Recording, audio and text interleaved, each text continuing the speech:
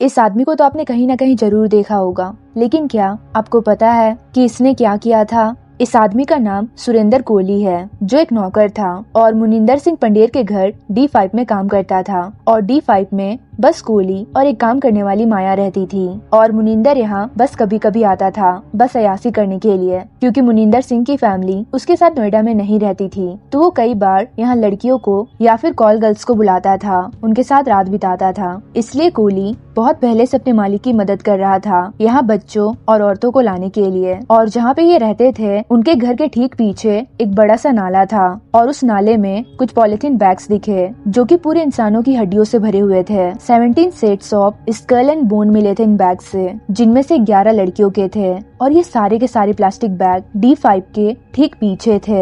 And it was clear that Moninder Singh Pandher ने ही कुछ करा था। तो 29 दिसंबर 2006 को मुनिंदर और कोहली को पुलिस ने अरेस्ट कर लिया, जिसके बाद ड्रेन से नीचे और भी ज्यादा प्लास्टिक बैग्स निकले, जिनमें अगेन और भी सारे पार्ट्स थे, पर इनमें बॉडीज के हाफ्स थे। पुलिस को एग्जैक्ट नाम भी पता नहीं था विक्टिम का, इतने अलग अलग पार्ट्स मिले थे इन बैग्स में। वो बस आइडेंटिफिकेशन DNA बेसिस पर ही कर पा रहे थे, क्योंकि उन्होंने कोई भी रिपोर्ट नहीं लिखी थी पिछले 3 सालों में, जब मिसिंग बच्चों के पेरेंट्स रिपोर्ट लिखवाने के लिए पुलिस स्टेशन आ रहे थे। और इन बैग्स में पेट या छाती से ऊपर का पार्ट ही था। अब जैसे ही ये सारी बातें बाहर आई, ये चीज वायरल हो गई न्यूज में और पूरे देश को आंसर चाहिए था कि आखिर हुआ तो हुआ क्या नोएडा में, जिसके आंसर्स के लिए उन्हें कोहली और पंडेर को ढंग से इन्वेस्टिगेट करना था। इसलिए 11 जनवरी 2007 को पुलिस ने ये केस हैंड ओवर कर दिया CBI को, ताकि वो कुछ सच निकाल सके, क्योंकि अभी तक ये दोनों कुछ भी नहीं बोल रहे थे। बट इनके कन्फेशन के बाद जो चीजें बाहर आई वो कोई भी सोच नहीं सकता था, क्योंकि ये दोनों ही आदमी मॉन्स्टर्स थे।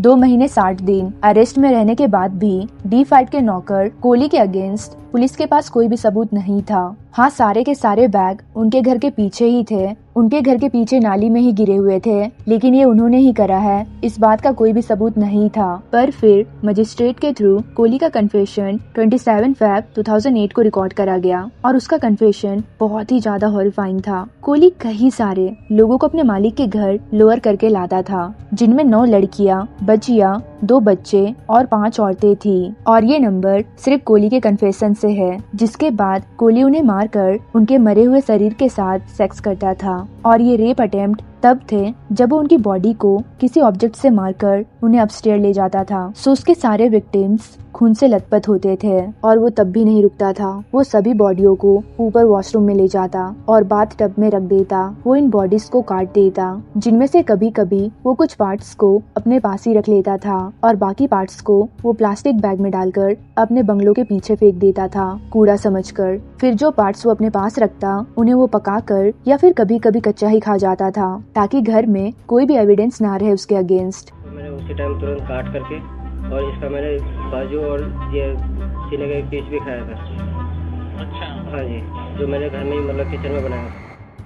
जैसे कि मुनिंदर सिंह की फैमिली उसके साथ नोएडा में नहीं रहती थी, उसके साथ सिर्फ कोहली और माया रहती थी, जो कि उसकी गार्डनर थी। और ये सारे के सारे खून हुए थे सुबह 9 बजे से लेकर शाम 4 बजे तक। कोहली के हिसाब से वो अपने मालिक को इन सारी लड़कियों के साथ फिजिकल होते हुए देखता था और फिर ये चीज बार बार देखकर उसके अंदर भी ये इच्छाएं जागने लगी। बट अनलाइक मुनिंदर, कोहली ने इस चीज को एक्सट्रीम लेवल पे ले गया और उसने बहला फुसलाकर जो भी लोग अपने घर में लाए थे उन्हें घर में ही मारा था। लेकिन घर में 2 लोग और थे और उन्होंने कभी भी इस केस के खुलने तक कभी भी इस बारे में नहीं सुना था या फिर किसी बच्चे की चीख नहीं सुनी थी, which is hard to believe. But then 2009 Feb में कोहली को CBI ने डेथ सेंटेंस सुना दी थी रिम्पा हल्दर के रेप और मर्डर केस के लिए, जो उन मिसिंग बच्चों में से एक थी। और दिसंबर में दोनों मुनिंदर और कोहली को डेथ सेंटेंस सुना दी गई थी इलाहाबाद कोर्ट से, जिसके कुछ टाइम कस्टडी में रहने के बाद सुरेंद्र कोहली और उसके मालिक मुनिंदर दोनों का नार्को टेस्ट हुआ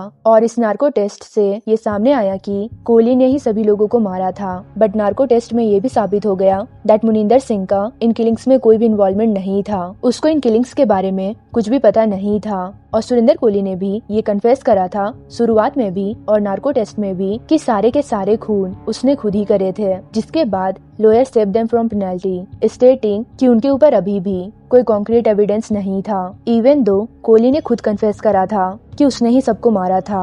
और लास्ट में कोहली और मुनिंदर को मेरठ में अरेस्ट कर दिया गया जेल में, और कोर्ट ने कोहली को लाइफ इम्प्रिजमेंट की सजा सुनाई और मुनिंदर को 7 साल जेल की सजा सुनाई गई। 7 साल के बाद मुनिंदर तो बाहर आ गया था, बट अब सुरेंद्र कोहली को भी सुप्रीम कोर्ट ने बाइज्जत बरी कर दिया है। सोचो 20 से 25 बच्चों को मार के उनके मीट तक को खाने के बाद भी सिर्फ 20 साल की सजा। Thank you for watching. Be safe.